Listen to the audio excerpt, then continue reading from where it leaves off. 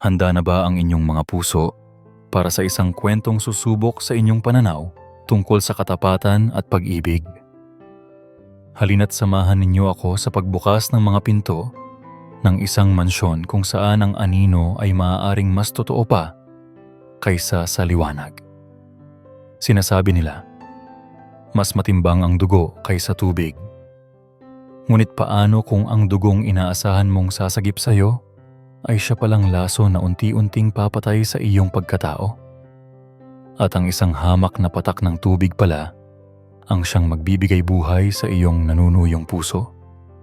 Ang unang tunog na gumising sa kaluluwa ni Liwayway tuwing umaga ay hindi ang huni ng ibon o ang sikat ng araw, kundi ang nakabibinging katahimikan ng Hacienda del Sol.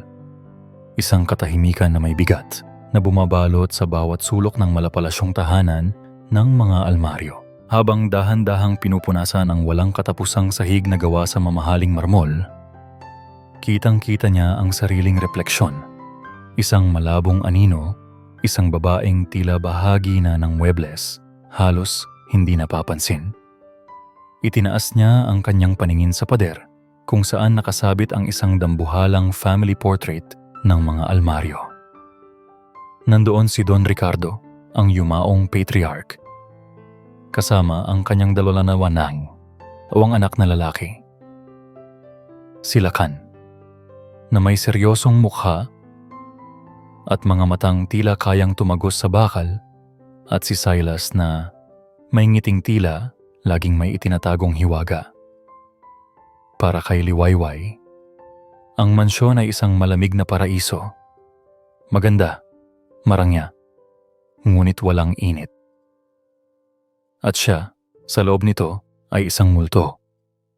Isang pares ng mga kamay na naglilinis, nag-aayos at nagsisilbi, ngunit isang katauhang walang pangalan, walang mukha. Biglang narinig niya ang matutunog na yabag mula sa engrandeng hagdanan. Agad niyang itinungo ang ulo at mas binilisan ang pagpupunas, tila gustong maging mas maliit pa, mas hindi kapansin-pansin. Si Lacan Almario, ang amo ng hacienda, ang hari ng kanyang maliit na kaharian. Naglakad ito sa kanyang harapan. Ang amoy ng mamahaling pabango nito ay naiwan sa hangin. Ngunit ang mga mata nito ay hindi man lang dumapo sa kanya. Tumingin ito sa direksyon niya, pero ang tingin nito ay tumagos na para bang isa lamang siyang hangin. Walang magandang umaga. Walang kahit isang tango. Wala. Napakagatlabi na lang si Liwayway at hinintay na mawala ang mga yabag nito. Ganun naman palagi. Sa loob ng 6 na buwan niya sa hacienda, hindi pa yata siya direktang tinitingnan ni Sir Lacan. Para sa isang taong namumuno sa isang malaking korporasyon, tila ang mga maliliit na taong tulad niya ay hindi karapat-dapat sa kahit isang segundo ng atensyon nito. Maya-maya pa, habang nag-aayos siya ng mga unan sa sala, naramdaman niyang may kumakalabit sa laylayan ng kanyang uniforme. Paglingon niya, isang pares ng mga bilugang mata ang sumalubong sa kanya. Ate Liway, bulong ng 6 na taong gulang na si Bituin, ang anak ni Lacan. May itinatago ito sa kanyang likuran. Bituin, anong ginagawa mo rito? Baka hanapin ka ng papa mo, mahinang sabi ni Liwayway habang pasimpleng lumilingon sa paligid. Ngumiti ang bata at inilahad ang kanyang maliit na kamay. Mayroon doong isang pirasong kending tsokolate. Para sa'yo po, sabi nito. Secret lang natin ha? Bawal po sabi ni Papa ang sweets bago mag-lunch. Isang mainit na ngiti ang sumilay sa mga labi ni Liwayway. Sa buong mansyon, si Bituin lang ang nagpaparamdam sa kanya na siya ay isang tao. Kinuha niya ang candy at marahang ginulo ang buhok ng bata. Salamat, Bituin. Ang bait-bait mo talaga. Ang maliit na sandaling yon, ang nagsilbing araw sa madilim na mundo ni Liwayway, yun ang dahilan kung bakit tintiis niya ang lahat. Ang kalungkutan, ang pagkamis sa nanay niya sa Baryo Maharlika, at ang malamig na pakikitungo ng kanyang amo. Dahil kay Bituin. Kinahapunan, dumating ang isang hindi inaasahang bisita. Si Silas Almario, ang nakababatang kapatid ni Lakan. Kabaligtaran ng kanyang kuya, si Silas ay palangiiti at magaling makisama. Magandang hapon, Liway. Bati nito sa kanya habang papasok sa mansyon na may dalang mga paper bag mula sa isang mamahaling department store. Magandang hapon po, Sir Silas. Magalang na tugon ni Liwayway. Huwag mo na akong tawaging Sir.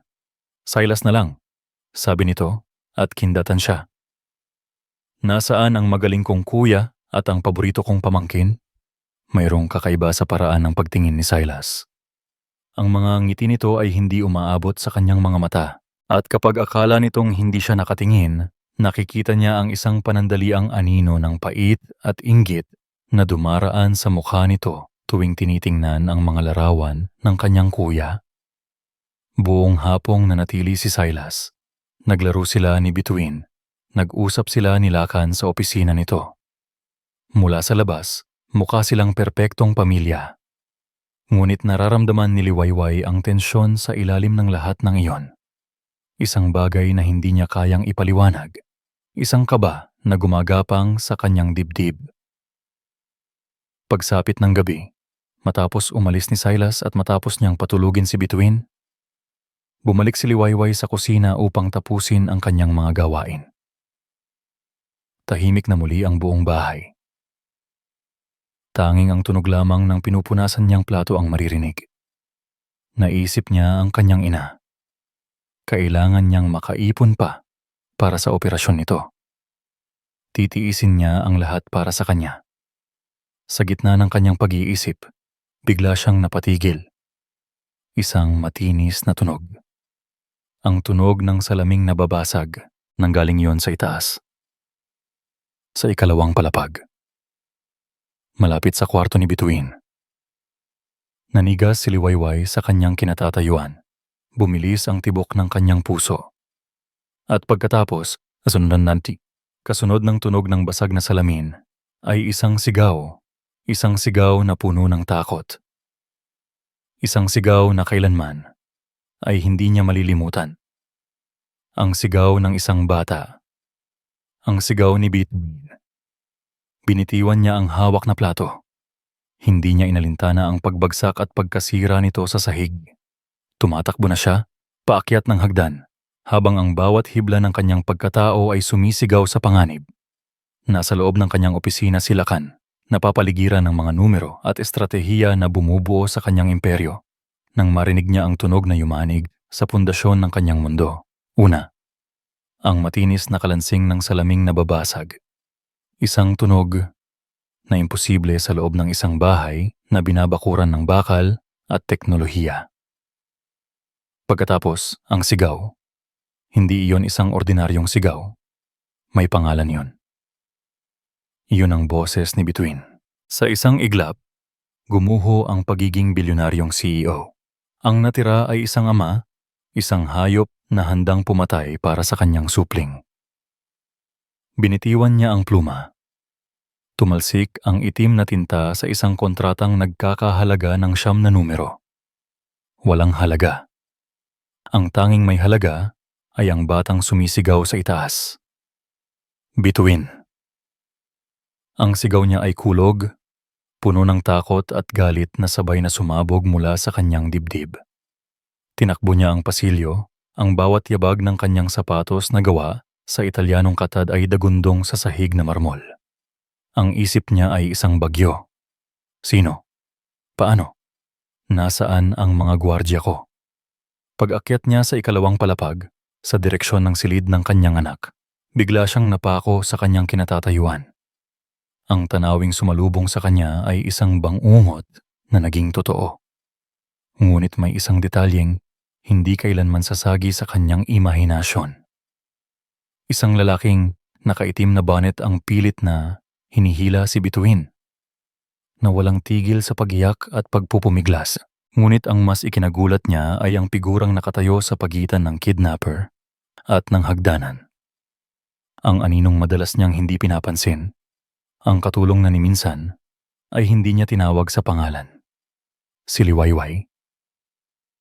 At sa mga kamay nito, hawak na parang isang sinaunang sandata, ay isang makapal at mabigat na kawaling bakal. Bago pa man makaprotesta ang utak ni Lakan, bago pa man siya makakilos, umikot na ang mundo. Sa isang mabilis at walang pag-aalinlangang galaw, ibinwelo ni Liwayway ang hawak na kawali. Ang takot sa kanyang mga mata ay napalitan ng purong determinasyon. Iwinasiwas niya ito ng buong lakas. Kalabog. Isang malagapak at mapurol na tunog ang umaling aungaw sa pasilyo. Tumama ang bakal sa sentido ng kidnapper. Nanlaki ang mga mata ng lalaki, nawalan ng diwa, at sa isang iglap, bumagsak ito sa sahig na walang malay. Kasabay ng pagbagsak nito ay ang pagkalansing sa sahig ng hawak nitong patalim. Sinundan ito ng nakabibinging katahimikan. Agad na binitiwan ni Liwayway ang kawali na parabang napaso siya. Hindi niya sinulyapan si Lakan. Hindi niya tiningnan ang lalaking nakahandusay. Ang kanyang buong atensyon ay nakatuon lamang sa nanginginig na bata sa isang sulok. Bituin. Ang nanginginig niyang bulong. Mabilis niyang nilapitan ang bata at niyakap ito ng napakahigpit. Shh! Nandito na si ate. Ligtas ka na. Ligtas ka na. Mahal ko. Hinagod niya ang likod ng bata. Isinubsob ang umiiyak na mukha nito sa kanyang balikat. Hinaharangan ito mula sa tanawin ng karahasan. Noon lamang tila nagising si Lakan mula sa pagkatulala. Ang takot sa kanyang dibdib ay napalitan ng umaapaw na galit at pag-aalala. Mabilis siyang lumapit sa kanila. Ang mga mata ay sinusuri ang bawat pulgada ng katawan ng kanyang anak. Bituin. Anak, ayos ka lang ba? May masakit ba sa'yo? Tanong niya. Ang boses ay basag at puno ng emosyong bihirang lumabas sa kanya. Umiling lang si Bituin. Ang muka ay nakasubsob pa rin kay Liwayway. Ang maliliit na kamay ay kuripot na nakakapit sa uniforme nito. At doon napansin ni Lakan ang dugo. Hindi ito galing kay Bituin. Umaagos ito mula sa braso ni Liwayway. Mayroon itong mahabang hiwa. Malamang ay tinamaan ng patalim kanina. Ngunit tila hindi ito alintana ng dalaga. Ang buong pagkatao niya ay nakatuon sa pagpapatatan sa bata. Sa sandaling iyon, sa unang pagkakataon, tunay na nakita ni Lakan si Liwayway. Hindi bilang isang anino na nagpupunas ng sahig. Hindi bilang isang unipormadong katulong na nagsisilbi ng kanyang kape. Nakita niya ang isang babaeng may tapang na higit pa sa alinman sa kanyang mga armadong bodyguard. Isang babaeng isinantabi ang sariling kaligtasan para sa kanyang anak. Isang babaeng duguan ng braso pero ang tanging inaalala ay ang pagiyak ng isang bata. Ang paghanga ay isang emosyong hindi pamilyar kay Lakan, lalo na para sa isang taong nasa mas mababang antas sa kanya. Ngunit iyon ang naramdaman niya. Isang biglaang pagbuhos ng paghanga, kasunod ng isang alon ng hiya. Paano niya nagawang hindi makita ang ganitong klaseng tao sa ilalim ng kanyang bubong? Ang sandaling iyon ay pinutol ng pagdating ng kanyang mga security personnel na nagmamadaling pumasok na may mga baril. Huli na sila. Tiningnan sila ni Lakan ng isang matalim na tingin na nangangako ng kaparusahan. Tobgahan! Tawagan ng pulis at kumuha kayo ng medik ngayon din. Utos niya. Ang boses ay muling naging matigas at puno ng awtoridad. Ang hari ng Hacienda del Sol na muling umupo sa kanyang trono. Dahan-dahan niyang kinuha si Bituin mula sa mga bisig ni Liwayway. Sa pagkakataong ito, pumayag na ang bata, ngunit ang isang kamay nito ay nanatiling mahigpit na nakakapit sa damit ng dalaga. Hindi nagtagal, ang tahimik na mansyon ay napuno ng mga pulis, investigador at mga medik. Ginagamot na ang sugat ni Liwayway, ngunit nanatili siyang tahimik sa isang sulok. Tila nahihiya sa biglaang atensyon. Sa gitna ng kaguluhan, isang pamilyar na boses ang narinig ni Lakan. "Kuya, anong nangyari?" Si Silas hingal na tila kadarating lang. Ang mukha nito ay nagpapakita ng matinding pag-aalala. Agad nitong nilapitan si Lakan at si Bituin. "Diyos ko, Bituin. Okay ka lang ba, champ? Umalis ka na ba kanina?" Tanong ni Lakan. Ang mga mata ay naniningkit. Oh no, kuya. Mga 30 minutos na siguro. Papunta na ako sa kondo nang tumawag si Manong Fredo. Sinabi ang nangyari. Bumalik ako agad. Kuya, sino ang gagawa nito? Pagkatapos ay napansin ni Silas si Liwayway at ang medic na gumagamot dito. Lumapit siya sa dalaga. "Liway, ikaw daw ang nagligtas sa pamangkin ko. Isang bayani. Utang namin sa iyo ang buhay ni Bituin." Ang mga salita niya ay puno ng paghanga, ngunit sa likod ng mga iyon, mayroong kakaibang kislap sa kanyang mga mata. Bumaling siyang muli kay Lakan. Ang boses ay bumaba na parang isang bulong. "Pero kuya, nakakapagtaka. Paano nakapasok ang gagong yan? Ang higpit ng seguridad mo. Maliban na lang kung may tumulong sa kanya mula sa loob."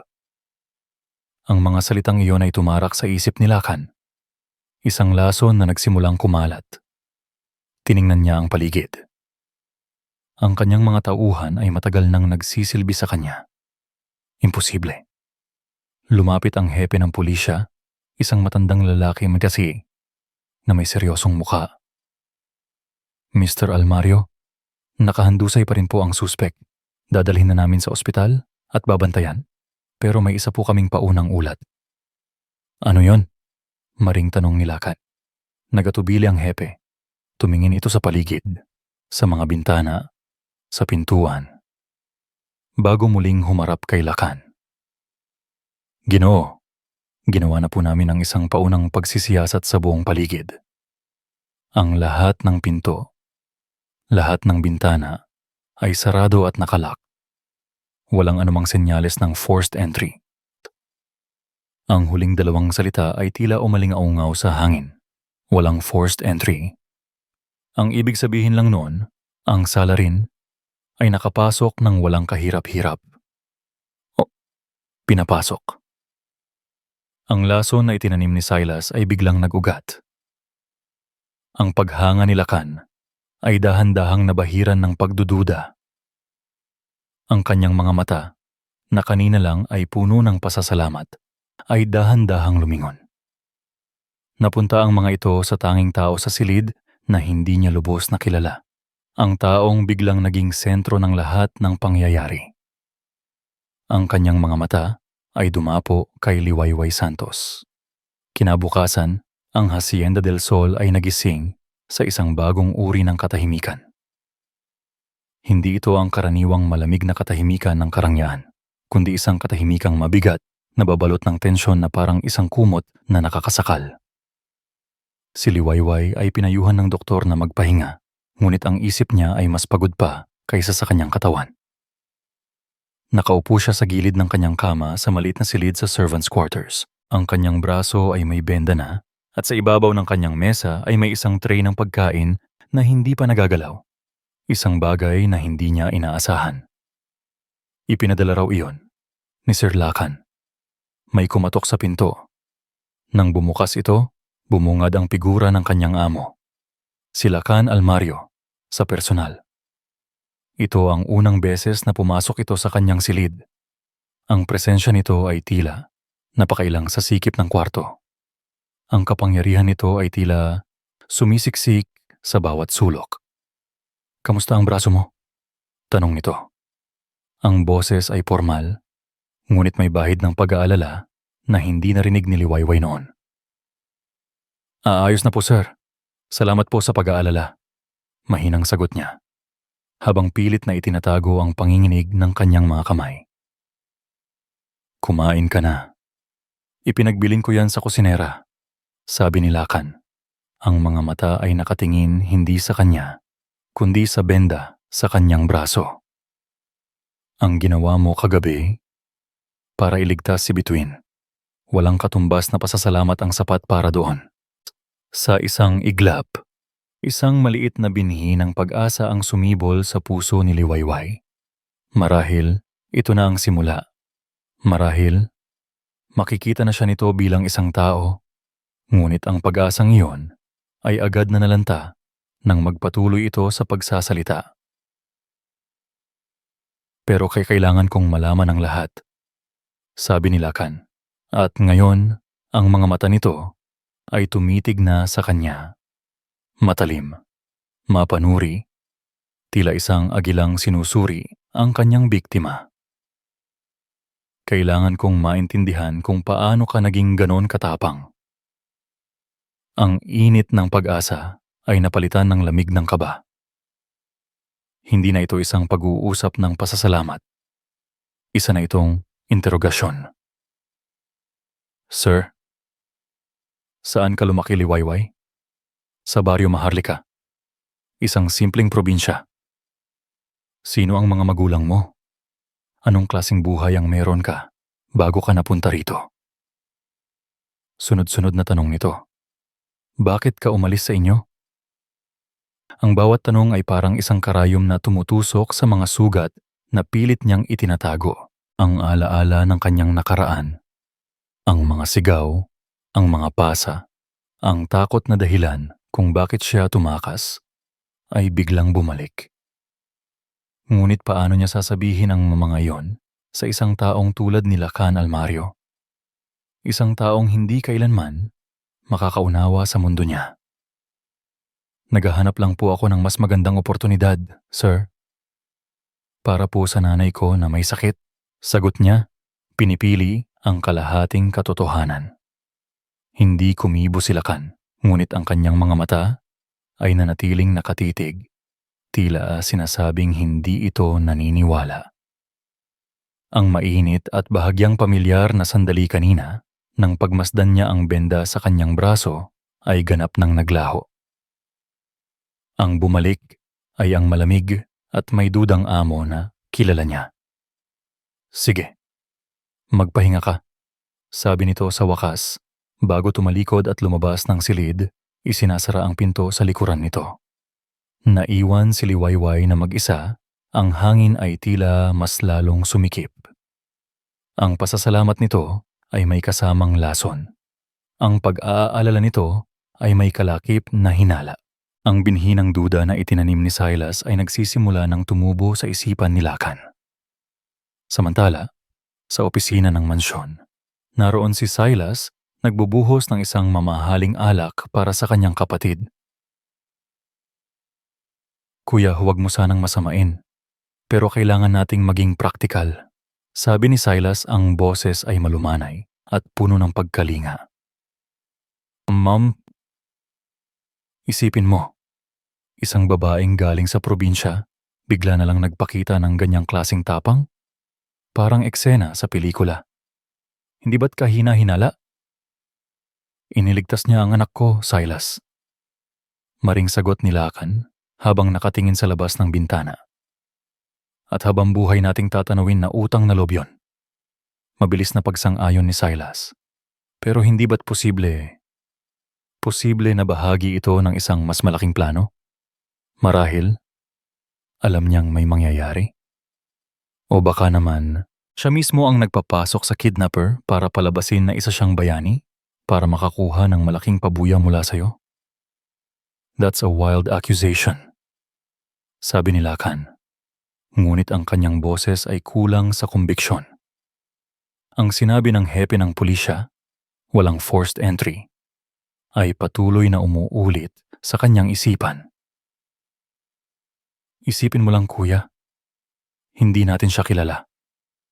Hindi natin alam ang nakaraan niya. Ang isang taong desperado ay kayang gawin ang lahat para sa pera. Tinapik ni Silas ang balikat ng kanyang kapatid. Gusto ko lang na maging ligtas kayo ni Bituin. Yun lang. Sa buong araw, ang mga salita ni Silas ay umikot sa ulo ni Lakan.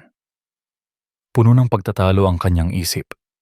Sa isang banda, nakikita niya ang imahe ni Liwayway na buong tapang na ipinagtatanggol ang kanyang anak. Sa kabilang banda, Naroon ang malamig na luhika ng isang negosyante. Ang mga bagay na masyadong maganda para maging totoo ay kadalasang hindi totoo. Kinagabihan, hindi nakatiis si Liwayway. Gusto niyang makita si Bituin. Dahan-dahan siyang lumabas ng kanyang silid at naglakad papunta sa sala. Nakita niya ang bata, nakaupo sa sofa, ngunit hindi ito naglalaro. Tahimik lang itong nakatingin sa kawalan. Nang makita siya ni Bituin, biglang nagliwanag ang mukha nito. Ate Liway. Tumakbo ito at yumakap ng mahigpit sa kanyang mga binti. Akala ko po umalis ka na. Niyakap ni Liwayway ang bata pabalik. At sa sandaling iyon, lahat ng sakit at pagdududa ay tila naglaho. Hindi kita iiwan, Bituin. Ang eksenang iyon ang naabutan ni Lakan. Ang makita ang kanyang anak na masayang nakakapit sa katulong, isang imahe ng lubos na pagtitiwala, ay lalo lamang nagpagulo sa kanyang isipan. Ang isang bahagi niya ay natutuwa, ngunit ang isa pang bahagi na nilason na ng duda ay nagtatanong. Totoo ba ito? O bahagi ng isang pagkukunwari? Kinausap niya ang kanyang pinuno ng seguridad sa telepono. Ang kanyang boses ay malamig at walang emosyon. Ang boses na ginagamit niya kapag magsasara ng isang malaking deal. Gusto kong malaman ang lahat tungkol sa kanya. Utos niya, habang ang kanyang mga mata ay nakamasid sa magkayakap na si Liwayway at Bituin mula sa malayo. Sir? Tanong ng nasa kabilang linya. Imbestigahan ninyo ang buong pagkatao ni Liwayway Santos. Pag-uulit ni Lakan, ang bawat salita ay may bigat. Mula sa araw na ipinanganak siya hanggang sa araw na tumuntong siya sa pamamahay ko. Nagkaroon ng sandaling katahimikan bago niya idinugtong ang huling utos na nagtakda ng kanilang kapalaran. Walang ititira. 2 araw ang lumipas. 2 araw ng nakakabinging katahimikan at mga tiinging nag-iiwasan. At sa 3 gabi, dumating ang hinihintay ni Lakan. Isang manipis na brown envelope, walang anumang marka, na personal na iniabot sa kanya ng kanyang pinuno ng seguridad. Nakasara ang pinto ng kanyang opisina. Ang tanging ilaw ay nagmumula sa isang maliit na desk lamp na lumilikha ng mahahabang anino sa silid. Mga aninong tila sumasayaw at bumubulong ng mga lihim ng mga sa kanyang mga kamay. Ramdam niya ang bigat ng sobre, isang bigat na higit pa sa ilang pirasong papel. Ito ang katotohanan. O ang katotohanang handa niyang paniwalaan. Huminga siya ng malalim bago ito binuksan. Sa loob, naroon ang isang maikling ulat at ilang mga dokumento. Binasa niya ang mga unang pahina. Impormasyon tungkol sa kapanganakan ni Liwayway, sa kanyang mga magulang na magsasaka, sa kanyang simpleng pag-aaral sa isang pampublikong paaralan sa Baryo Maharlika. Walang kakaiba. Isang ordinaryong buhay. Isang bahagi niya ang nakahinga ng maluwag. Ngunit pagkatapos, binuklat niya ang susunod na pahina. Isang kopya ng police blotter mula sa kanilang baryo. At doon, nakasulat ang isang pangalan. Ricardo Ricky Morales. Pangalan ng nagrereklamo. Liwayway G. Santos. Inirereklamo.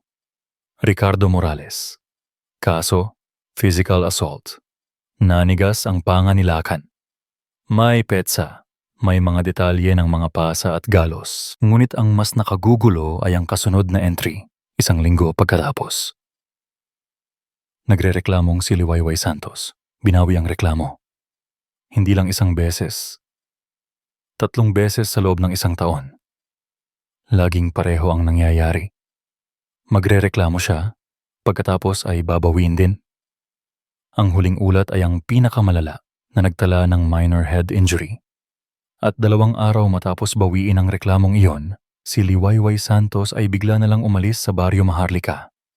Walang paalam sa mga kaibigan, tanging isang sulat na iniwan para sa kanyang ina. Tumakas siya. Isinara ni Lakhan ang folder. Ang kanyang isip ay isang kumunoy ng magkasalungat na emosyon. Naaawa siya. Naaawa siya sa babaeng dumanas ng ganoong karahasan. Ngunit ang negosyante sa loob niya, ang taong sanay sa pagbabasa ng mga tao at paghahanap ng mga panganib, ay nakakita ng ibang bagay. Nakakita siya ng isang pattern. Isang babaeng desperado. Isang babaeng sanay sa gulo. Isang babaeng handang tumakas. Ang lason na ibinulong ni Silas ay muling gumapang sa kanyang sistema. Ang isang taong desperado ay kayang gawin ang lahat para sa pera. Bumukas ang pinto ng opisina at pumasok si Silas. May dalang 2 baso ng whiskey. Mukhang malalim ang iniisip mo, kuya, sabi nito. Inilapag ang isang baso sa harap ni Lakhan. Balita mula sa investigasyon? Hindi sumagot si Lakhan. Itinulak lang niya ang folder papunta sa kapatid. Binasa ni Silas ang mga papel. Ang kanyang mga kilay ay dahan-dahang tumataas. Nang matapos siya, umiling siya na may halong awa at pag-aalala. Kawawang liwayway. Dumanas pala siya ng ganito. Oo, maikling sagot ni Lakhan. Pero kuya, pagpapatuloy ni Silas, ang boses ay maingat at puno ng pakunwaring pag-aalala. Hindi ba't ito na mismo ang patunay? Isang babaeng may history of violence. Isang babaeng sanay sa gulo. Isang babaeng tumakas dahil sa isang problema. Hindi ba't posible na may problema na naman siyang tinatakbuhan ngayon at ginawa niya ang lahat para makuha ang tiwala mo, para makuha ang proteksyon mo, at ang pera mo? Bawat salita ni Silas ay tila isang pako na ibinabaon sa kabaong ng pagtitiwala ni Lakhan. Ang awa na naramdaman niya para kay Liwayway ay dahan-dahang natabunan ng malamig at matigas na hinala. Ipininta ni Silas ang isang larawan ng isang desperada at tuso na babae.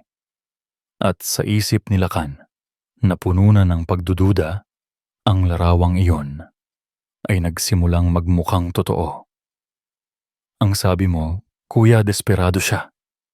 Pagtatapos ni Silas, at tama ka. Ang tanong, hanggang saan siya kayang dalhin ng kanyang desperasyon? Kinabukasan, ipinatawag ni Lakhan si Liwayway. Nagkita sila sa grand hallway, sa ilalim ng dambuhalang chandelier na tila isang saksi sa lahat ng lihim ng mansyon. Pinatawag niyo daw po ako, sir? Tanong ni Liwayway. Ang boses ay magalanggaya ng dati. Tinitigan siya ni Lakhan. Ang nakita niya ngayon ay hindi na ang bayaning may hawak na kawali. Ang nakita niya ay ang babae mula sa police blotter. Ang babaeng may lihim. May itatanong lang ako sa'yo, sabi ni Lakhan.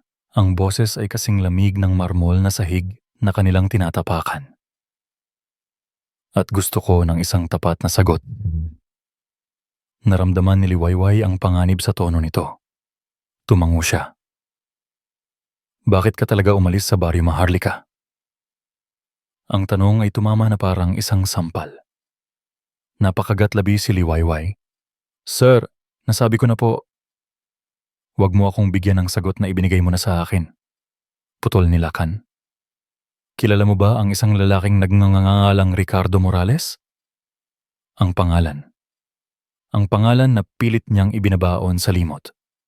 Ang pagbanggit dito mula sa mga labi ni Lakhan ay parang isang multo na biglang nagpakita sa liwanag. Nanlaki ang mga mata ni Liwayway. Ang kulay ay nawala sa kanyang mukha. Ang kanyang katahimikan ay isang dagat ng sakit, takot at kahihiyan. Para sa kanya, iyon ay ang kanyang madilim na nakaraan na biglang hinukay. Ngunit para kay Lakhan, na ang isip ay nalason na, ang kanyang pananahimik ay isang pag-amin, isang kumpirmasyon ng lahat ng kanyang hinala. Akala ko nga, sabi ni Lakan. Isang mapait na ngiti ang sumilay sa kanyang mga labi. Tumalikod siya. Hindi na kayang tingnan ang babaeng pinagkatiwalaan niya, kahit sa isang sandali lang. Ang hatol ay naibigay na sa kanyang isipan. Habang paalis siya, kinuha niya ang kanyang telepono. Isang tawag lang sa kanyang hepe ng seguridad. Simula ngayon, sabi ni Lakan, ang boses ay matigas at walang anumang bakas ng emosyon. Ayokong mawala siya sa paningin ninyo. Bawat galaw, bawat kausap, itala ninyo ang lahat. Sa isang iglap, ang bayani ng Hacienda del Sol ay naging isang bilanggo. Ang mga sumunod na araw ay naging isang uri ng impyerno para kay Liwayway. Hindi ito ang impyernong may apoy at sigawan, kundi isang impyernong malamig at tahimik. Ang bawat kilos niya ay may aninong sumusunod. Ang mga security guard na dati ay binabati siya. Ay tinitingnan na lang siya ngayon ng may paghihinala. Ang ibang mga katulong ay umiiwas sa kanya. Bumubulong kapag siya'y dumaraan. Ang mansyon na dati malamig lang ay naging isang kulungan. Ang tanging nagbibigay sa kanya ng lakas ay si Bituin. Ang bata, sa kanyang inosenteng mundo, ay walang pakialam sa mga tingin at bulungan. Para sa kanya, si Liwayway pa rin ang kanyang ate Liway. Ang tagapagligtas niya, ang kalaro niya, ang taong nagpapakalma sa kanyang mga bangungot. Ngunit kahit ang mga sandali nila ni Bituin ay may anino ng pagbabantay. Laging may isang guard na nakaposisyon sa di kalayuan. Sa Lakan naman ay halos hindi na niya nakikita. At kapag nagkasalubong sila, ang mga mata nito ay kasing tigas ng yelo. Gabi-gabi, sa kanyang maliit na silid, binabalikan ni Liwayway ang mga pangyayari. Paulit-ulit, sinisikap niyang intindihin kung saan siya nagkamali. Ang kanyang kabayanihan ay naging isang sumpa. Ang kanyang pagliligtas kay Bituin ang mismong naging dahilan ng kanyang pagkakakulong. At ang kanyang nakaraan, ang nakaraang pilit niyang tinatakasan, ay ginamit laban sa kanya. Isang gabi, habang nakahiga at nakatitig sa kisame, isang imahe ang biglang pumasok sa kanyang isip. Hindi isang alaala, kundi isang piraso ng palaisipan na ngayon lang niya napansin. Ang gabi ng insidente, ang pagwasiwas niya ng kawali, ang pagbagsak ng lalaki. Pinilit niyang alalahanin ang bawat detalye. Ang tunog, ang amoy ng takot sa hangin, at isang salita.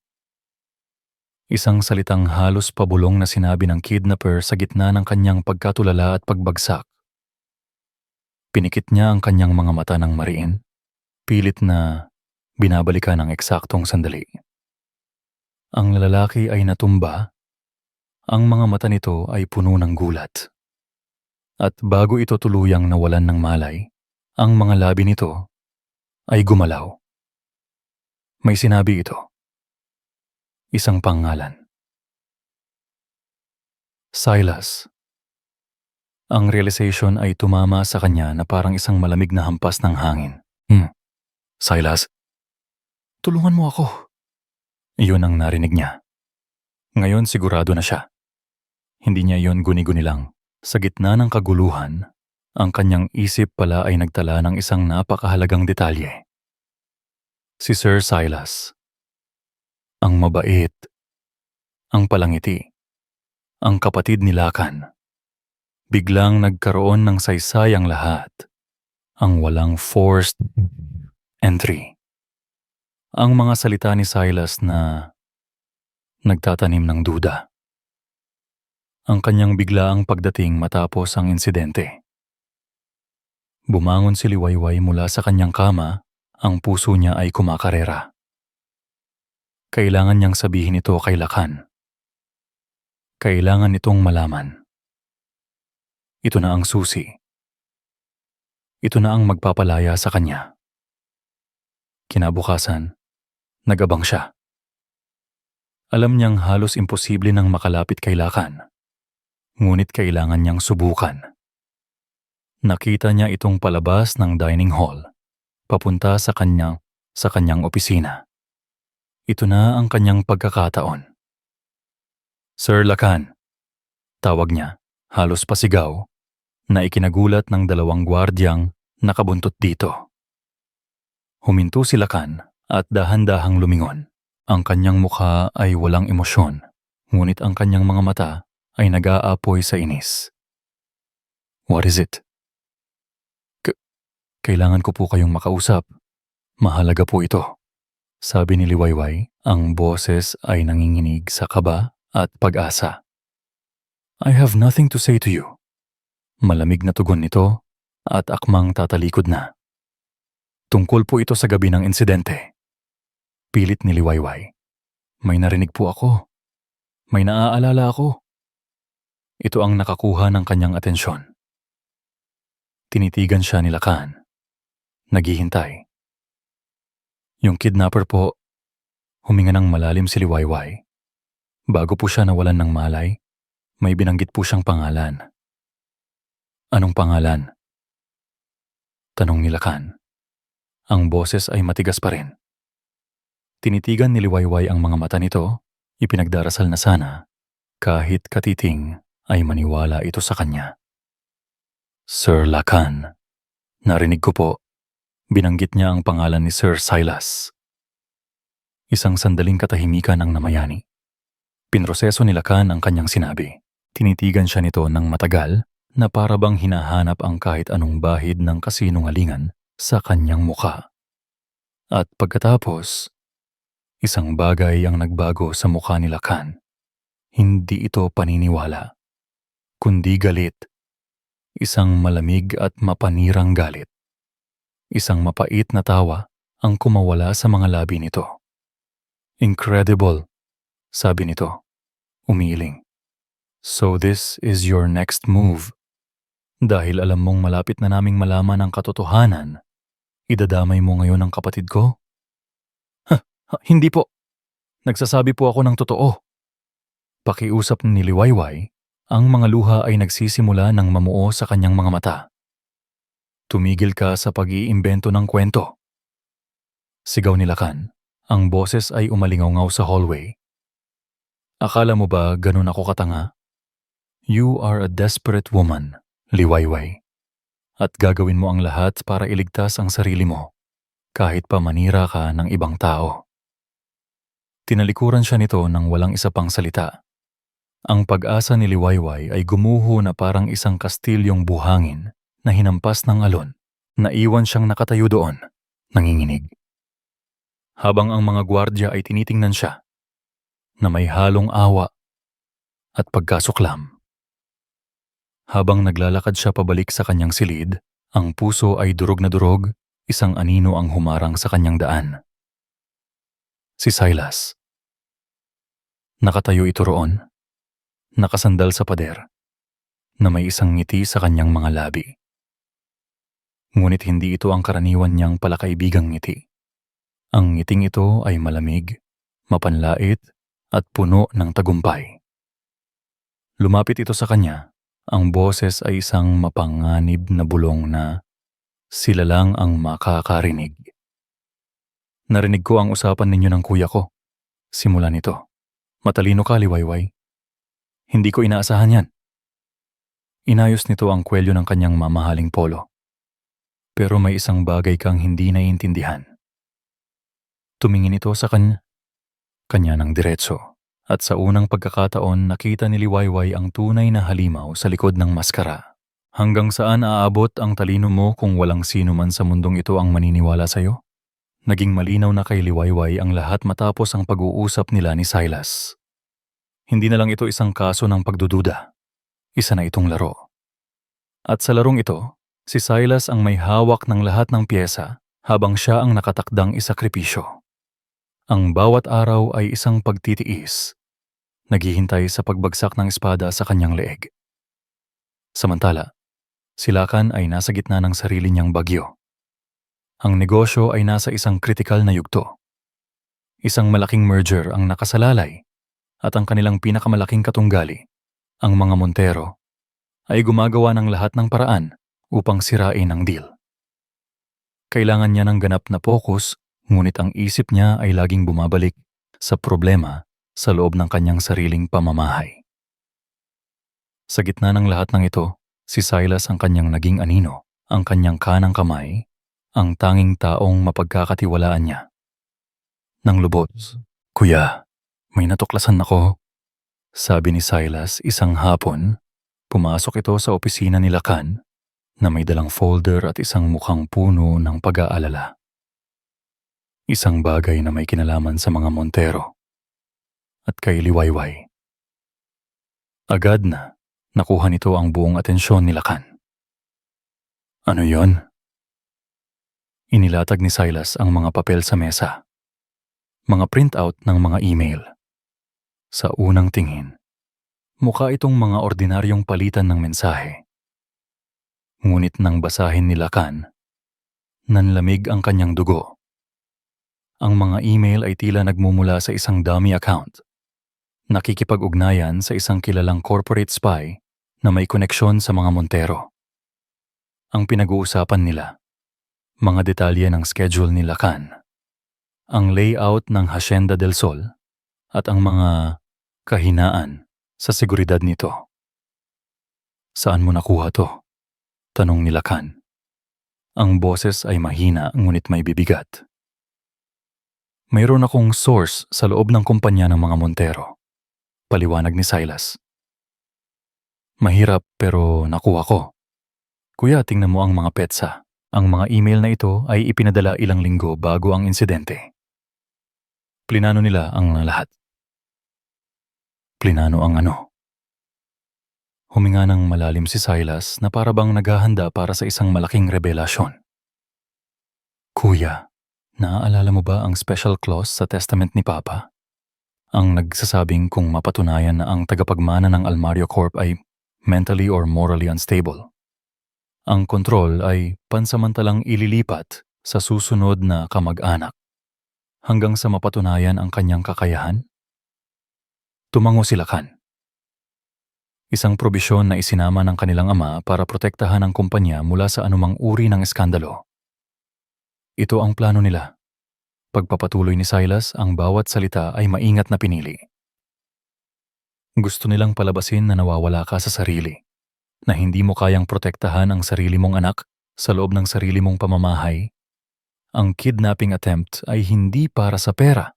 Ito ay para sirain ka. Para i-trigger ang clause na yon. Napahawak si Lacan sa kanyang sentido. Ang lahat ay tila isang masalimuot na chess game. At ngayon lang niya nakikita ang buong board. At si Liwayway. Idinugtong ni Silas, ang boses ay puno ng pait. Siya ang kanilang asset sa loob. Siya ang kanilang espiya. Ang teorya ay perpekto. Masyadong perpekto. Sinasagot nito ang lahat ng tanong. Ang walang forced entry. Ang kahina-hinalang tapang ni Liwayway. Ang kanyang madilim na nakaraan na nagpapakita kung gaano siya kadesperado. At ngayon, ang mga email na ito. "Kuya," sabi ni Silas, ang mga mata ay puno ng kunwaring katapatan. "Kailangan nating unahan sila. Kailangan nating patunayan na alam natin ang kanilang plano. Kailangan nating tanggalin ang kanilang espiya." Kinagabihan, nangyari ang huling akto ng plano ni Silas. Isang sigaw ang gumising sa katahimikan ng mansyon. Ang sigaw ay nagmula sa matandang kasambahay na si Manang Elena. Ang mga alahas ni Senyora." Nagmadaling pumunta ang lahat sa silid ng yumaong ina ni Lacan. Ang drawer kung saan nakatago ang mga antigong alahas nito ay nakabukas at walang laman.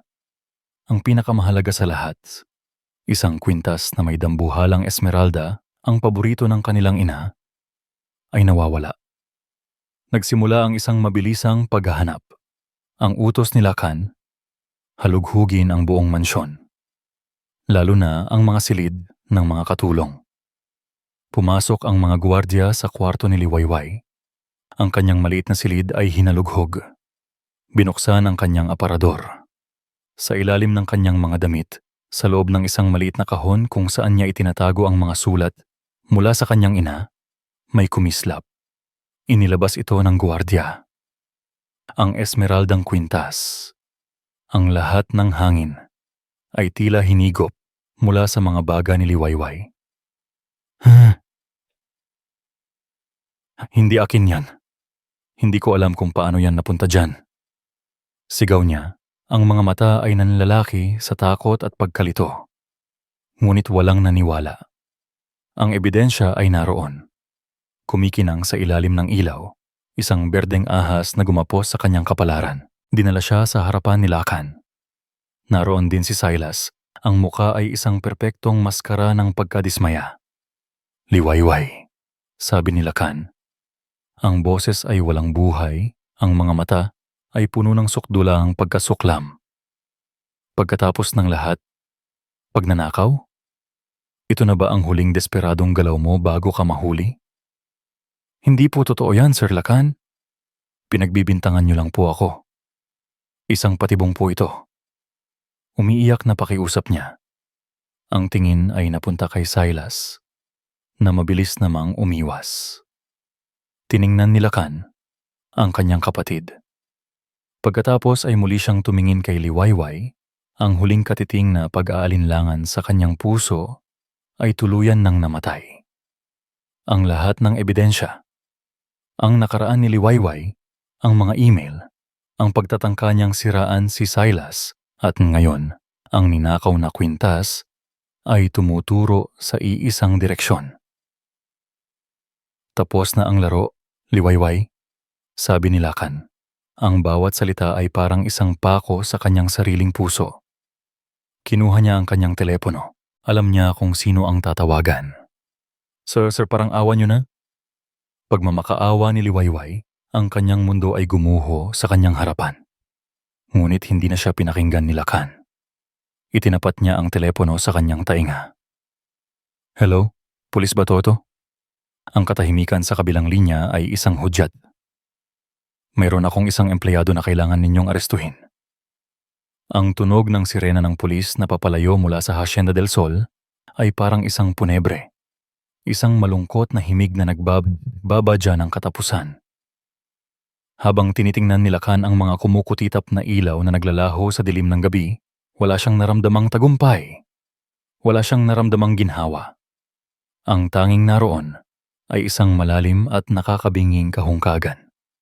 Ang imahe ni Liwayway habang kinukuha ng mga pulis ay nakatatak sa kanyang isipan.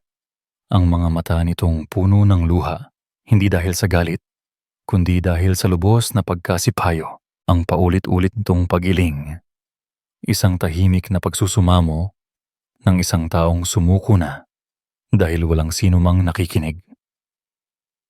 Sa wakas, natapos din ang problema, sabi ni Silas. Tinapik siya sa balikat.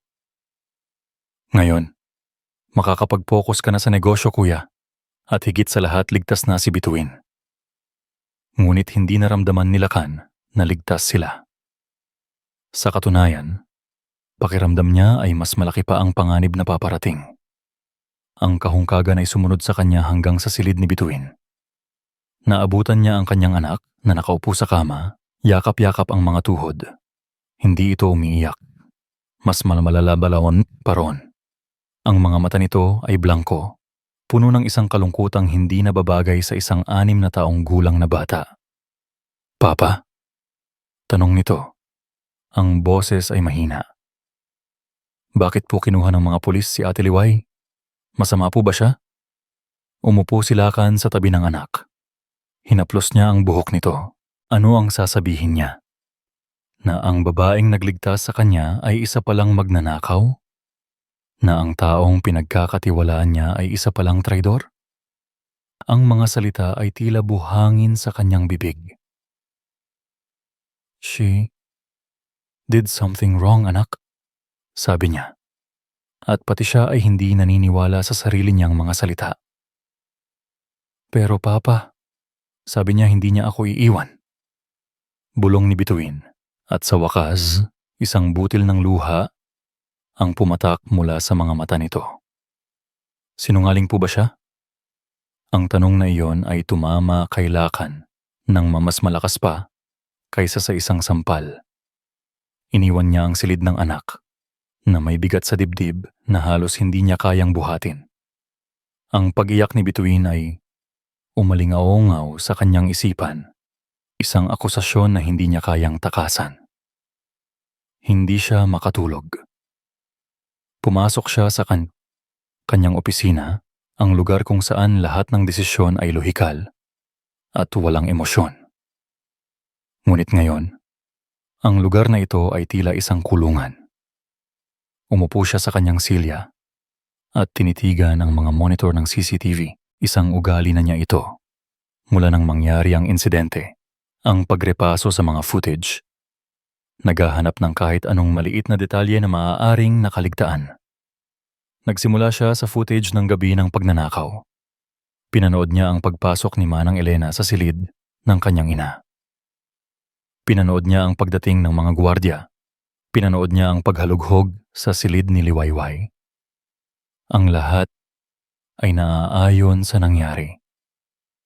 Itigil mo na to, Lakan. Sabi ng isang bahagi ng kanyang isip. Tapos na. Nahuli na siya. Ngunit may isang bagay na nag-uudyok sa kanya na magpatuloy. Isang maliit na tinig. Marahil, ang tinig ni Bituin na umiiyak. Na nagsasabing may mali. Binalikan niya ang footage. Sa pagkakataong ito, hindi niya pinanood ang mga tao. Pinanood niya ang mga anino. Ang paggalaw ng liwanag.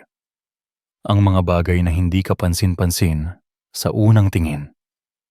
Pinatugtog niya ang video mula sa hallway sa labas ng silid ni Liwayway. Mga 10 minuto bago natuklasan ang pagnanakaw. Walang tao. Isang tahimik at walang lamang pasilyo. Paulit-ulit niya itong pinanood. Wala. Akmang isasara na niya ito nang isang bagay ang pumukaw sa kanyang mata. Hindi isang tao, hindi isang bagay, kundi isang anino. Sa pinakadulong sulok ng frame, malapit sa isang malaking plorera, may isang aninong gumalaw. Masyadong mabilis, halos hindi mapapansin. Kinabahan si Lakan. Ginamit niya ang software para i-zoom in at i-enhance ang bahaging iyon ng video. Pinabagal niya ang playback, frame by frame. At doon, nakita niya. Hindi ito isang ordinaryong anino. Ito ay anino ng isang tao. Isang taong nakatayo sa isang lugar na hindi abot ng lente ng kamera. Ngunit ang anino nito ay sumayad sa pader ng panandalian. Isang anino na may pamilyar na hubog. Isang anino na may suot na pamilyar na sapatos. Ang sapatos na nakita niyang suot ng kanyang kapatid kaninang hapon. Naniga si Lakan sa kanyang upuan. Ang kanyang paghinga ay huminto. Hindi. Imposible. Mabilis niyang hinanap ang footage mula sa ibang mga kamera sa parehong oras. Kamera sa hagdanan. Kamera sa sala. Wala. Walang silas na bumaba o umakyat sa mga oras na iyon. Ibig sabihin, kung naroon man ito, alam nito kung saan iiwas sa mga kamera. Alam nito ang mga blind spot. Isang malamig na takot ang gumapang sa likod ni Lakan, mas masahol pa sa takot na naramdaman niya noong gabing tinangkang kunin si Bituin. Bigla, ang lahat ng piraso ng palaisipan ay nagsimulang magkabit-kabit sa isang nakakakilabot na larawan. Ang mga salita ni Liwayway. Binanggit niya ang pangalan ni Sir Silas. Ang perpektong teorya ni Silas tungkol sa mga Montero. Ang mga email na walang paraan para ma-verify kung totoo. Ang pagdating niya, na laging nasa tamang oras. Ang kanyang mga bulong na nagtatanim ng duda. Ang pagtatangka niyang siraan si Liwayway. Ang pagtatangkang ipinta ito bilang isang desperadong kriminal. Ang pagtatangkang pagmukhain ang sarili bilang isang nag-aalalang kapatid Ang lahat ng ito ay bumalik sa kanya na parang isang malaking alon, at sa ilalim nito, siya ay nalulunod sa bigat ng isang katotohanang napakasakit tanggapin.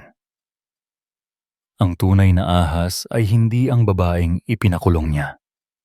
Ang ahas ay ang taong natutulog sa kabilang silid, ang taong kadugo niya, ang taong pinagkatiwalaan niya ng buong puso. Ako ang nagkamali. Ang tatlong salitang yon ay umalingaungaw sa kanyang isipan na parang isang hatol. Siya, ang matalino, ang kalkulado, ang bilyonaryong hindi maloloko ni numan.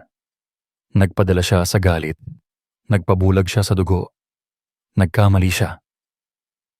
Tumayo si Lacan, ang kanyang mga kamay ay nanginginig sa galit, isang galit na hindi na para kay Liwayway, kundi para sa sarili niya at para sa kapatid na nagtaksil sa kanya. Ang kahungkagan na naramdaman niya kanina ay napalitan ng isang nag-aalab na apoy, isang apoy na humihingi ng katarungan.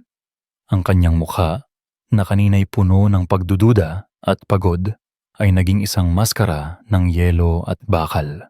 Ang hari ng Hacienda del Sol ay nagising na, at ang kanyang puot ay mas malala pa kaysa sa anumang bagyo.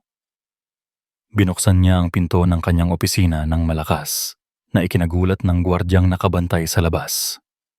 "Sir? Hanapin mo si Silas," utos ni Lacan. Ang boses niya ay mahinahon, ngunit may nakatagong bagsik, isang tunog na nagpapanginig sa sinumang nakakarinig nito. "Gisingin mo siya kung kinakailangan. Sabihin mong gusto ko siyang makausap." Tumango ang gwardya. Ramdam ang bigat sa hangin. Akmang aalis na ito nang magsalita muli si Lacan, ang kanyang mga salita ay tila hihiwa sa katahimikan ng gabi. "Dalhin mo siya sa akin." Humarap si Lacan, ang kanyang mga mata ay nagliliyab. "Ngayon na!" Ang opisina ni Lacan ay naging isang silid ng paghuhukom. Pinatay niya ang lahat ng ilaw maliban sa maliit na desk lamp na nagbibigay liwanag lamang sa kanyang mesa at sa dalawang silyang magkaharap. Ang natitirang bahagi ng silid ay nilamon ng dilim, tulad ng tiwalang nilamon ng kataksilan. Nakaupo siya roon, hindi gumagalaw, isang figura ng nagyayelong galit, naghihintay. Ilang sandali pa, bumukas ang pinto. Pumasok si Silas, halatang kagigising lang, ang buhok ay bahagyang magulo. May pagtataka sa kanyang muka. "Kuya, anong problema? Bakit napakadilim dito?" tanong niya. Ang boses ay nagpapanggap pa ring nag-aalala. Ngunit nang makita niya ang ekspresyon sa mukha ng kanyang kapatid, ang pagpapanggap ay nagsimulang maglaho, napalitan ng isang hindi mapangalanang kaba. Hindi sumagot si Lacan. Dahan-dahan lang nitong itinuro ang silya sa harap ng mesa. "Umupo ka." Ang utos ay mahinahon, ngunit mayroon itong bigat na hindi matatanggihan. Maingat na umupo si Silas, ang kanyang mga mata ay pabalik-balik mula sa seryosong mukha ni Lacan patungo sa tablet na nakapatong sa mesa. "Ano to, kuya? Pinakaba mo ako?" sabi ni Silas pilit na tumatawa. Kinuha ni Lacan ang tablet. Ipinatugtog niya ang isang maikling video clip. Ang pasilyo sa labas ng kwarto ni Liwayway na pinabagal at pinalaki. At doon, sa sulok, ang isang anino ay gumalaw at mabilis na nawala. 10 minuto bago matagpuan ang ninakaw na kwintas, sabi ni Lacan. Ang boses ay walang emosyon, na lalong nakakatakot. Malapit sa silid ni Liwayway, walang ibang dumaan. Walang ibang pumasok o lumabas. Ibinaba niya ang tablet at tinitigan ang kanyang kapatid. Ang mga mata niya ay parang dalawang matalim na yelo na tumutusok sa kaluluwa ni Silas. "Ipaliwanag mo ito." Natawa si Silas, isang tawang pilit at kinakabahan.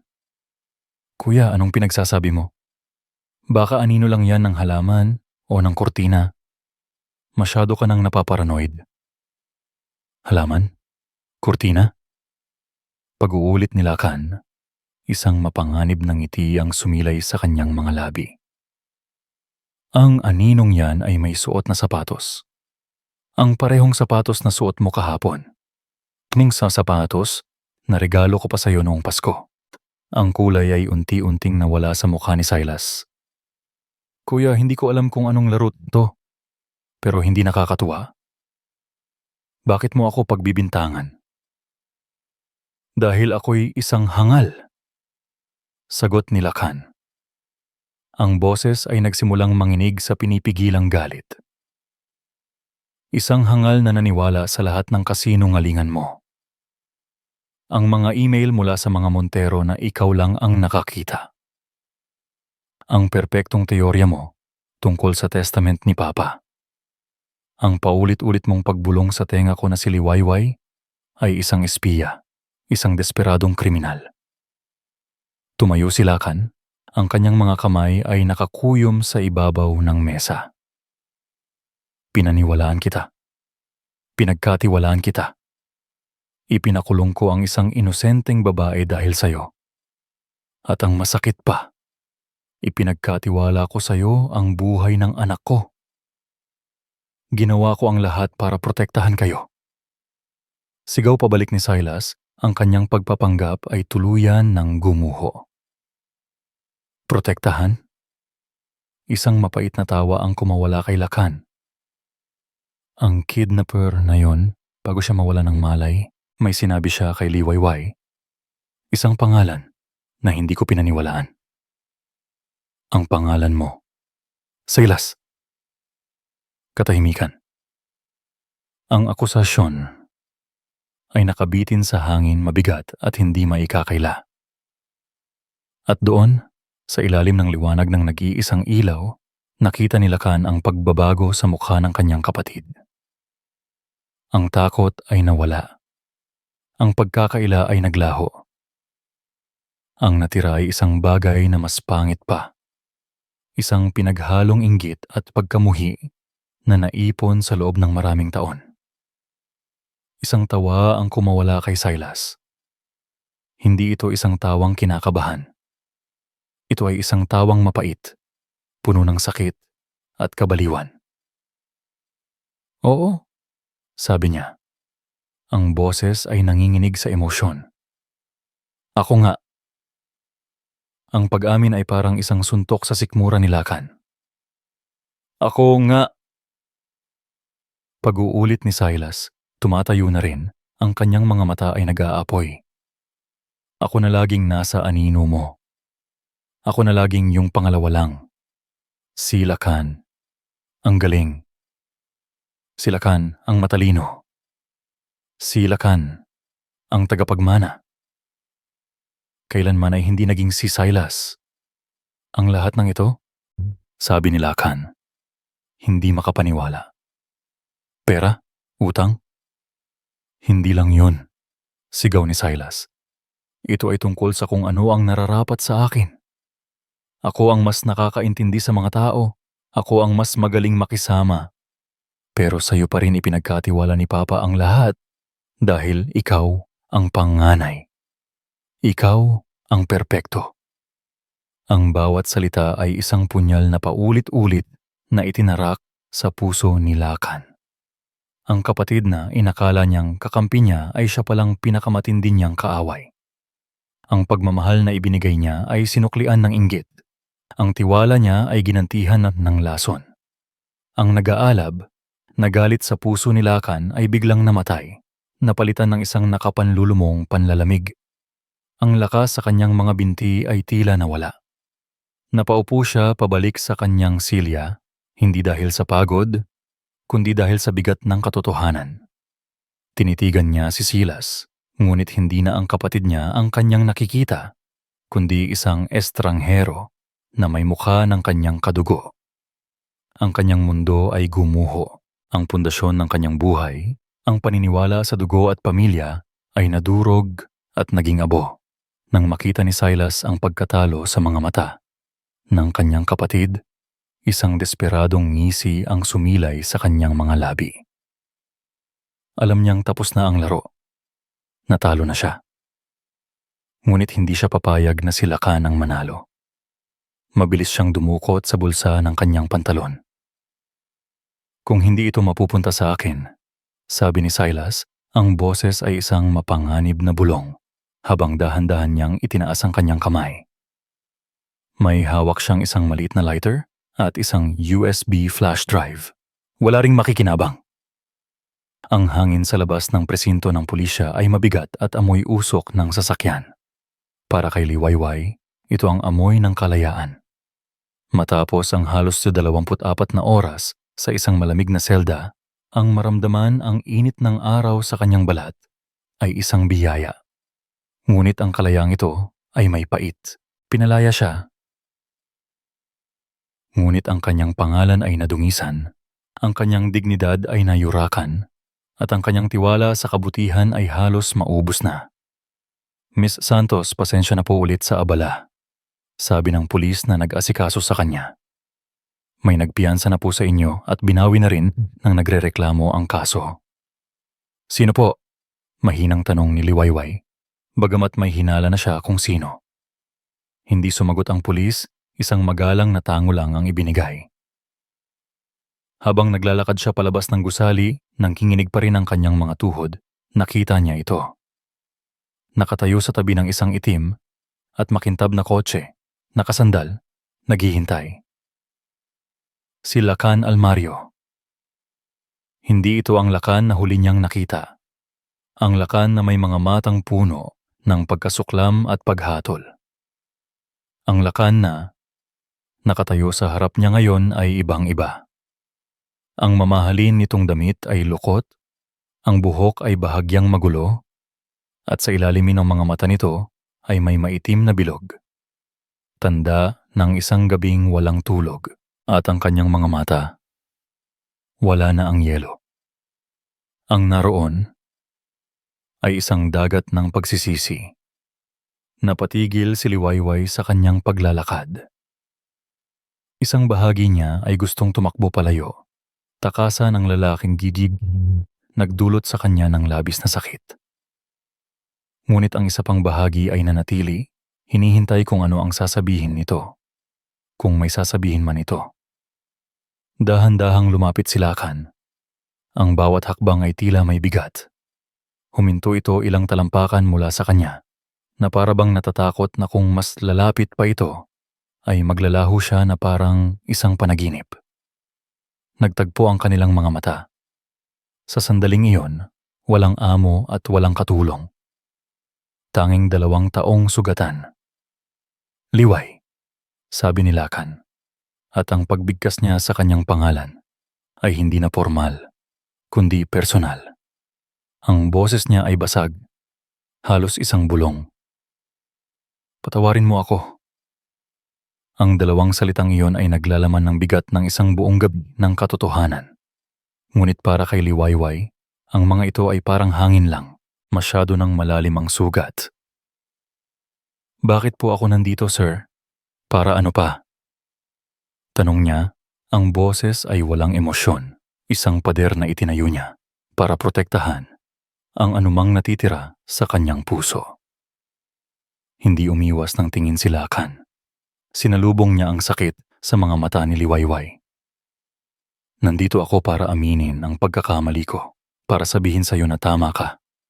At ako ang nagkamali sa lahat.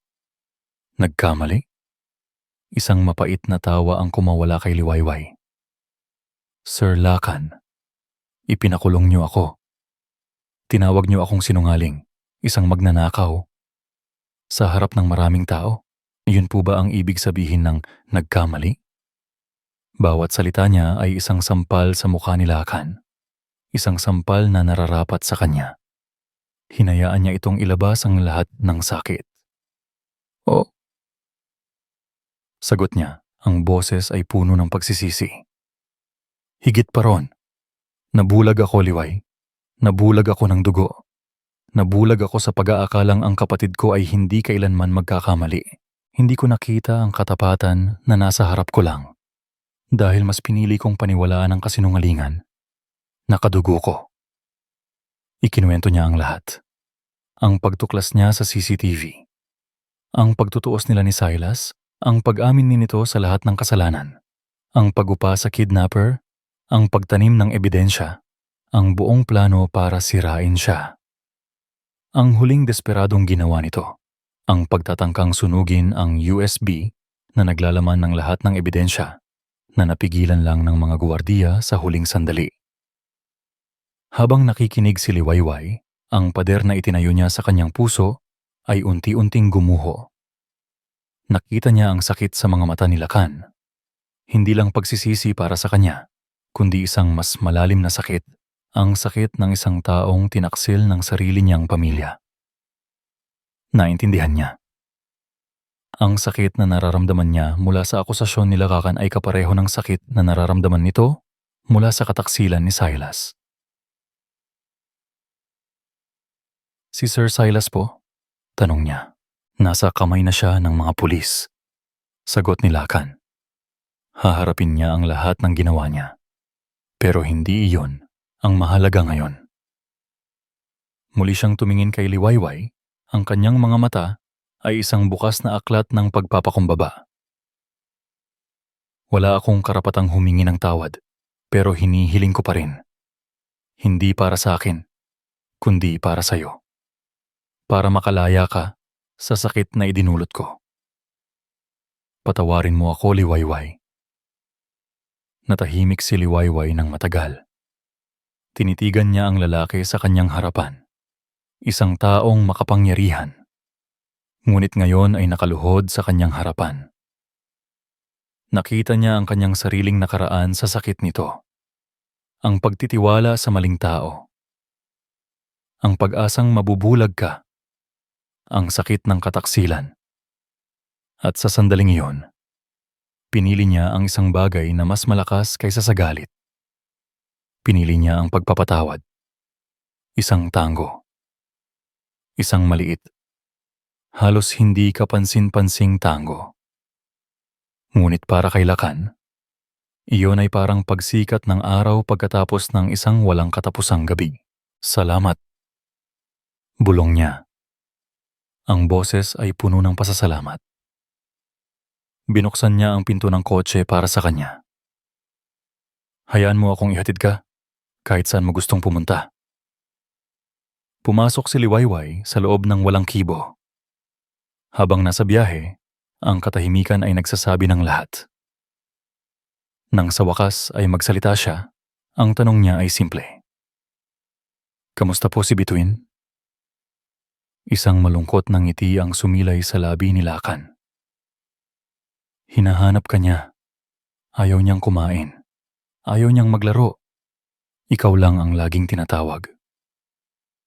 Huminto ang kotse. Hindi sila nasa tapat ng isang bus station o ng isang apartment. Huminto sila sa tapat ng malaking gate ng Hacienda del Sol. Naguguluhang tumingin si Liwayway kay Lakan. Bumalik ka sa amin, Liway. Sabi ni Lakan, ang kanyang boses ay isang pakiusap. Hindi bilang katulong. Hindi bilang empleyado. Tumingin ito sa kanya. Ang mga mata ay puno ng isang emosyong ngayon lang nakita ni Liwayway. Kundi bilang parte ng pamilya. Bilang para kay Bituin. Kung lumipas ang 3 buwan. Ang panahon ng tag-ulan ay nagbigay daan sa mas payapang sikat ng araw sa Hacienda del Sol. Ngunit higit pa sa panahon, ang mismong hacienda ay nagbago. Ang dating malamig at malungkot na mansyon ay unti-unting nagkaroon ng init, ng buhay, ng tunog, ng tawanan. Ang kaso laban kay Silas Almario ay umuusad. Nahaharap siya sa mabibigat na kaso ng kidnapping, frustrated murder, at pagnanakaw. Isang araw, sa isang maliit na silid sa bilangguan, isang huling pag-uusap ang naganap sa pagitan ng magkapatid. Walang sigawan, walang sumbatan, tanging isang malungkot na pagtanggap sa kanilang sinapit. Bago umalis, sinabi ni Lakan, sana, balang araw, mapatawad mo ang sarili mo. Iyon ang kanilang pamamalam. Sa hardin ng hasyenda, kung saan dati ay mga mamahaling ornamental plants lang ang nakatanim, mayroon na ngayong isang patch ng mga makukulay na bulaklak. Mga gumamela, santan at sampagwita. Si Liwayway na nakasuot ng simpleng bestida at hindi na ng uniforme ay matiyagang nagtuturo kay Bituin kung paano magdidig.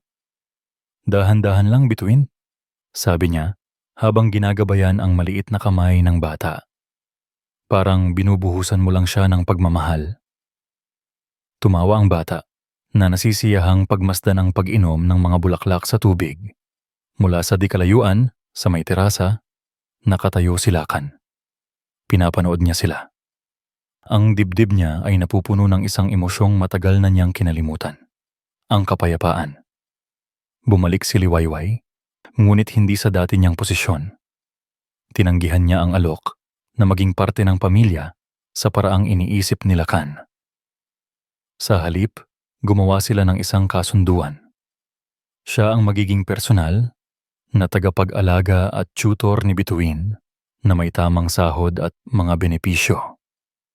Gusto niyang manatili sa buhay nila, ngunit sa sarili niyang mga paa, may sariling dignidad. At iyon ay isang bagay na mas lalong hinangaan ni Lakan.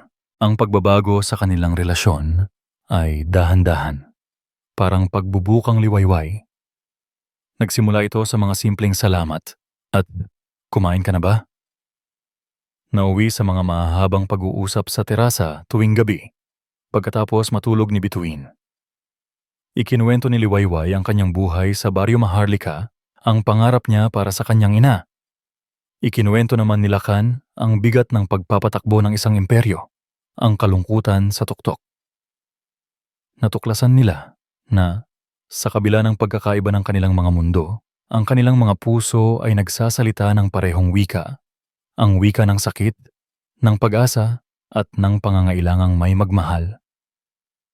Ipinagamot ko na ang nanay mo, sabi ni Lakan isang gabi, habang nagkakape sila. Napatingin si Liwayway, gulat. Sir? Hindi ito bayad utang, Liway. Mabilis niyang sabi. Nakikita ang pagtutol sa mga mata ni Tito. Isipin mo na lang na ito ay isang investment sa kapayapaan ng isip ng pinakamahalagang tao sa buhay ng anak ko. Hindi nakapagsalita si Liwayway. Salita si tanging mga luha ng pasasalamat ang tumulo mula sa kanyang mga mata. Isang hapon, habang papalubog na ang araw, nakaupo silang tatlo sa damuhan, pinapanood ang kalangitan na nagiging kulay kahel. Si Bituin ay nasa gitna. Ang ulo ay nakasandal sa balikat ni Liwayway. Ate Liway, sabi ng bata, pwede po ba dito ka na forever? Ngumiti si Liwayway at hinaplos ang buhok nito. Hanggat kailangan mo ako, nandito lang ako. Papa, dapat pakasalan mo na si Ate Liway para hindi na po siya umalis. Biglang sabi ni Bituin. Sa inosenteng boses na tanging isang bata lang ang mayroon. Ang buong mundo ay tila huminto para kina Lakan at Liwayway. Nagkatinginan sila. Isang tinging puno ng hiya, ng pag-asa, at ng isang hindi masabing pangako. Si Lakan ang unang ngumiti. Isang tunay na ngiti na umabot hanggang sa kanyang mga mata. Hindi niya sinagot ang kanyang anak. Sa halip, dahan-dahan niyang inabot ang kamay ni Liwayway. Ang kanyang mga daliri ay marahang isinara sa paligid nito. Isang simpleng haplos, ngunit nagsasabi ng lahat. Mainit. Totoo. Hindi binawi ni Liwayway ang kanyang kamay. Sa halip, hinayaan niya itong manatili doon, nakakulong sa palad ng lalaking minsan ay humatol sa kanya, ngunit ngayon ay nag-aalok ng isang bagong simula. Walang mga salitang kailangan. Walang mga pangakong binitiwan. Tanging ang paglubog ng araw sa kanilang harapan. at ang pangako ng isang bagong umaga. Tumingin sila kay Liwayway, ang kanyang mga mata ay puno ng pasasalamat, paghanga at isang damdaming mas malalim pa. Ikaw ang liwayway ng buhay namin. Bulong niya, sapat lang para marinig nilang dalawa. At habang pinapanood nila ang huling sinag ng araw na naglalaho sa abot tanaw, alam nilang tatlo na ito ay hindi isang pagtatapos. Ito ay isang simula. Ang simula ng isang pamilyang binuo, hindi ng dugo, kundi ng katapangan, pagpapatawad, at isang pag-ibig na kasing tahimik at kasing tiyak ng pagsikat ng araw. Ayan po mga minamahal naming tagapakinig, ang pagtatapos ng kwento ni Liwayway at Lakan. Isang kwentong nagpapatunay na ang tunay na halaga ng isang tao ay hindi nasusukat sa yaman o sa dugong nananalaytay sa kanyang mga ugat, kundi sa tibay ng puso at sa katapatang hindi humihingi ng anumang kapalit. Ang aral ng kwento. Sa dilim ng pagtataksil, ang isang maliit na sinag ng katapangan ay sapat na upang magdala ng isang bagong liwayway. Maraming salamat po sa inyong walang sawang pagsubaybay at pakikinig. Kung meron kayong komento o nais ibahagi tungkol sa ating kwento, huwag po kayong mag-atubiling i-type sa comment section sa ibaba. Anong uri naman ng kwento ang gusto ninyong marinig sa susunod? Hindi dito nagtatapos ang ating paglalakbay. Marami pa pong kwentong kasing ganda at mas puno ng aral dito sa aming channel. Kung nagustuhan nyo ang kwentong ito, i-like, i-share sa pamilya at mga kaibigan, at mag-subscribe na rin para lagi kayong updated sa mga susunod pa naming kwento. I-click nyo ang yung notification bell para kayo ang unang makarinig kapag may bago kaming upload. Pagpalain po kayo ng Panginoon, kayo at ang inyong buong pamilya. Hanggang sa muli, Kwentong Pag-ibig PH.